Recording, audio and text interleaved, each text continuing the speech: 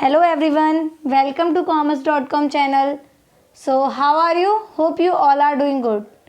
Let's start our today's lecture. In this lecture we are going to discuss a new chapter of microeconomics, that is producer behavior and supply. ये हमारा third chapter है, तो इसे हम continue करते हैं.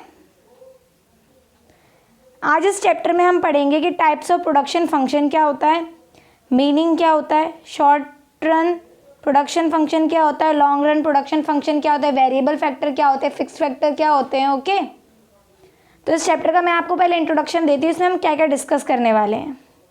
This chapter gives a clear account of terms like production function, short period, long period, fixed factor, variable factors, concept like total product, average product, marginal product and their interrelationships, law of variable proportion and its phases are studied with reasoning. तो हम इस chapter के अंदर ये सारे terms पढ़ेंगे. तो चलिए स्टार्ट करते हैं. पहला, मीनिंग ऑफ प्रोडक्शन फंक्शन होता क्या है. The relationship between physical input and physical output of a firm is generally referred to as production function.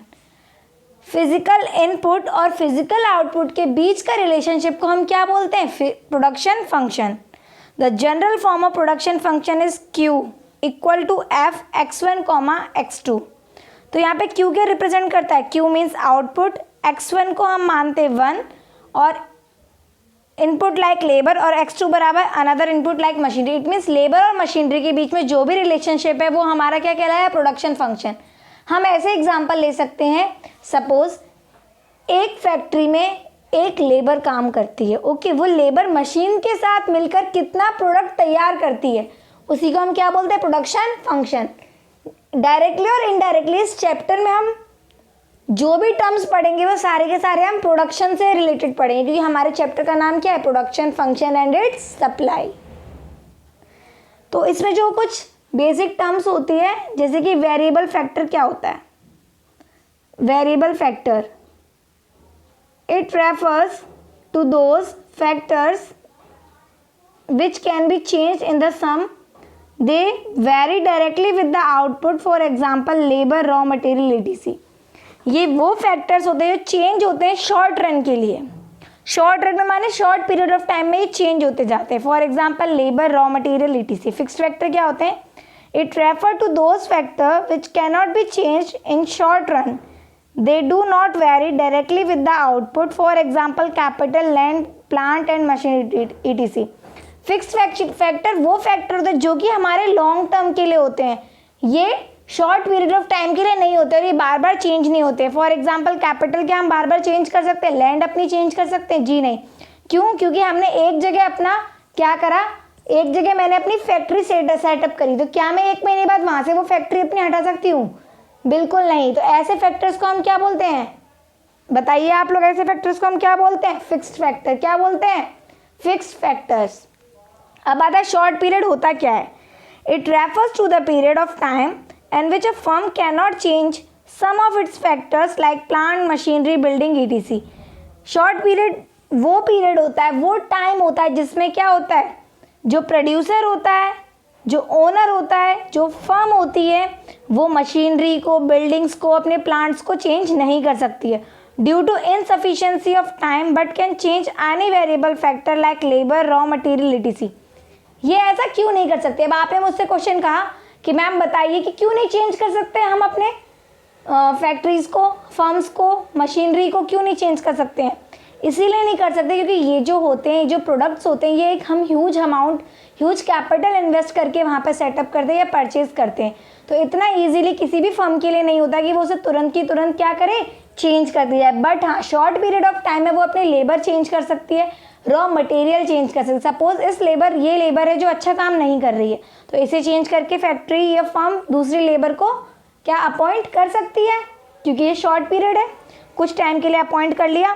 दस in short run where will be some factors of production that are fixed at predetermined levels. Example, a farmer may have fixed amount of land. For example, एक farmer है, ठीक है, उसका जो land है उसका amount तो फिक्स्ड है, लेकिन फार्मर उस लैंड में क्रॉप सीजन वाइज कर सकता है. तो इट मीन्स अगर वो चाहे तो उस टाइम वहाँ पर थोड़ी लेबर ज़्यादा बढ़ा सकता है। अगर उसने अपनी लैंड में सपोज वाटरमेलन करे, ओके, तो वाटरमेलन एक पर्टिकुलर टाइम के लिए तो उसने वहाँ पे लेबर बढ़ा ली, और जब उसका पूरा काम होगा तो उसने लेबर हटा दी। तो शॉर्ट पीरियड ऑफ टाइम के लिए उसने लेबर को क्या करा, अपॉइंट कर लिया, जब उसका काम हो गया उसके बाद उसने क्या करा, उसे हटा दिया। लॉन्ग पीरियड क्या होता है? It is a time period during which a firm can change all its factors of production including machines, building, organization, etc। Long period का मतलब होता है ऐसी टाइम जब फर्म अपनी मशीनरी, प्रोडक्शन, बिल्डिंग, ऑर्गेनाइजेशन सबको चेंज कर सकते हैं। In other words it is a period of time during which supplies can adjust itself to change in demand. ये वो टाइम होता है जब हम सप्लाई को चेंज कर सकते हैं डिमांड के according. Note mind here the terms long period and short period are functional and do not refer to a calendar month or a year. यहाँ पे शॉर्ट पीरियड और लॉन्ग पीरियड का एक फंक्शन शो कर रही है, ना कि आपको यहाँ पे कैलेंडर वाइज में बता रही हूँ कि ये मंथ के लिए हो गया, okay. These distinctions depend merely upon how quickly factor inputs can be changed by producers in an industry। ये क्या दिखाता है कि एक प्रोड्यूसर है वो अपनी इंडस्ट्री में अपने फैक्टर्स को कितनी जल्दी चेंज कर सकता है, उसे हम कैसे डिवाइड करते हैं, शॉर्ट पीरियड और लॉन्ग पीरियड में। अब प्रोडक्शन फंक्शन के मेनली दो पार्ट होते हैं, एक होता है शॉर्ट रन प्रोडक्शन फंक्शन और दूसरा होता है long run production function. There are two types of production function. First one is short run production function. In this production function one factor of production is variable and all other are fixed। एक production क्या होता है, variable होता है, और सारे other क्या होते हैं, फिक्स्ड होते हैं। So law of return to a factor is applied. यहाँ पे शॉर्ट रन प्रोडक्शन फंक्शन को हम law of return to factor भी बोलते हैं। It is also called variable proportion type of production function, इसे हम वेरिएबल प्रपोर्शन भी बोलते हैं। It is a time period which is not enough to make change in all inputs. ये वो टाइम होता है जब हम सारे के सारे इनपुट्स को चेंज नहीं कर सकते। In this level of production can be change by changing the variable factors. हम यहाँ पे वेरिएबल फैक्टर्स को चेंज करके अपना प्रोडक्शन चेंज कर सकते हैं। वेरिएबल फैक्टर्स में लेबर आ जाती है, रॉ मटेरियल आ जाता है, okay. Long run production function क्या होता है? It can be defined as when application of all the factors is varied in the same factor proportion, the law that operates in such a situation is known as law of return to scale। इस long run production function को हम law of return to scale भी बोलते हैं। इसमें क्या होता है, फिक्स्ड फैक्टर को मद्देनजर रखते हुए हम अपनी चीज़ों को चेंज कर सकते हैं। नेक्स्ट इसमें जो टर्म आती है टीपी क्या होता है, टोटल प्रोडक्ट क्या होता है, total return to an input क्या होता है, तो चलिए पढ़ते हैं। It refers to total volume of goods and services produced by a firm with the given input during a specified period of time. क्या होता है, जब हम गुड्स एंड सर्विसेज को अपनी फर्म में प्रोड्यूस कर रहे हैं, गुड्स को, ठीक है, एक पर्टिकुलर टाइम में, मतलब मैंने पर्टिकुलर टाइम में पर्टिकुलर पीरियड में कितना गुड प्रोड्यूस किया अपनी फर्म में, तो वो मैं टीपी के अकॉर्डिंग देखती हूँ। In a short period of time if a firm wants to increase its TP then it can do so by increasing the variable factor of production only because fixed factor of production remain fixed। suppose short period of time में क्या करना है, उसे अपना total production बढ़ाना है, तो वो क्या करती है, अपने वेरिएबल फैक्टर्स को इंक्रीज कर देती है और फिक्स्ड फैक्टर्स को क्या करती है, फिक्स ही रहने देती है। And do not fluctuate with the fluctuation in production, और अपने फिक्स्ड फैक्टर्स को वो फ्लक्चुएट नहीं करती, इट मीन्स चेंज नहीं करती, वेरिएबल फैक्टर्स को चेंज करके अपना प्रोडक्शन बढ़ाती है।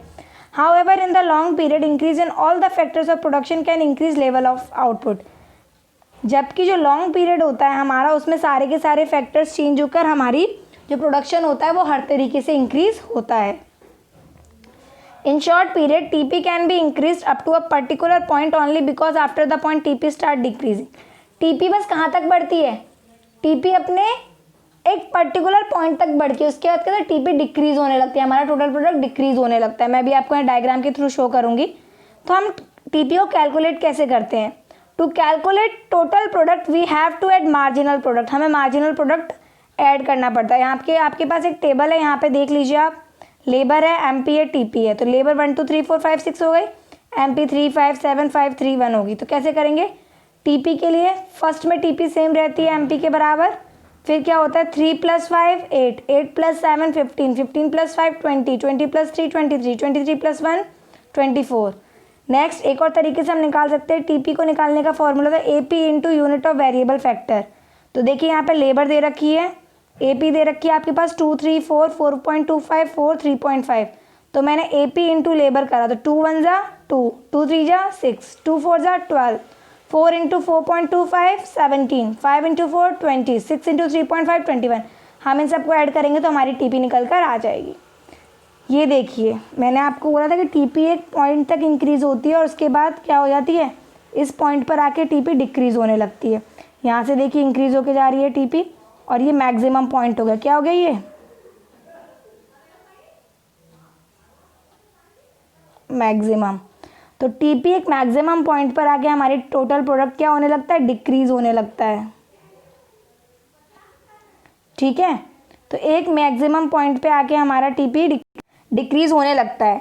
तो अब आपको आराम से अच्छे से समझ में आ गया होगा कि हमारा TP क्या होता है, TP को हम कैलकुलेट कैसे करते हैं, शॉर्ट रन क्या होता है, लॉन्ग रन क्या होता है, शॉर्ट रन प्रोडक्शन फंक्शन क्या होता है, लॉन्ग रन प्रोडक्शन फंक्शन क्या होता है, फिक्स्ड फैक्टर क्या होते हैं, वेरिएबल फैक्टर्स क्या होते हैं।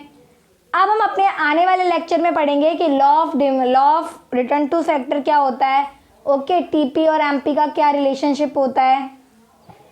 तब तक के लिए आप इस पे फोकस करिए। अगर आपको कुछ समझ में ना आए तो आप मुझसे कंसल्ट कर सकते हैं। Thank you and have a nice day.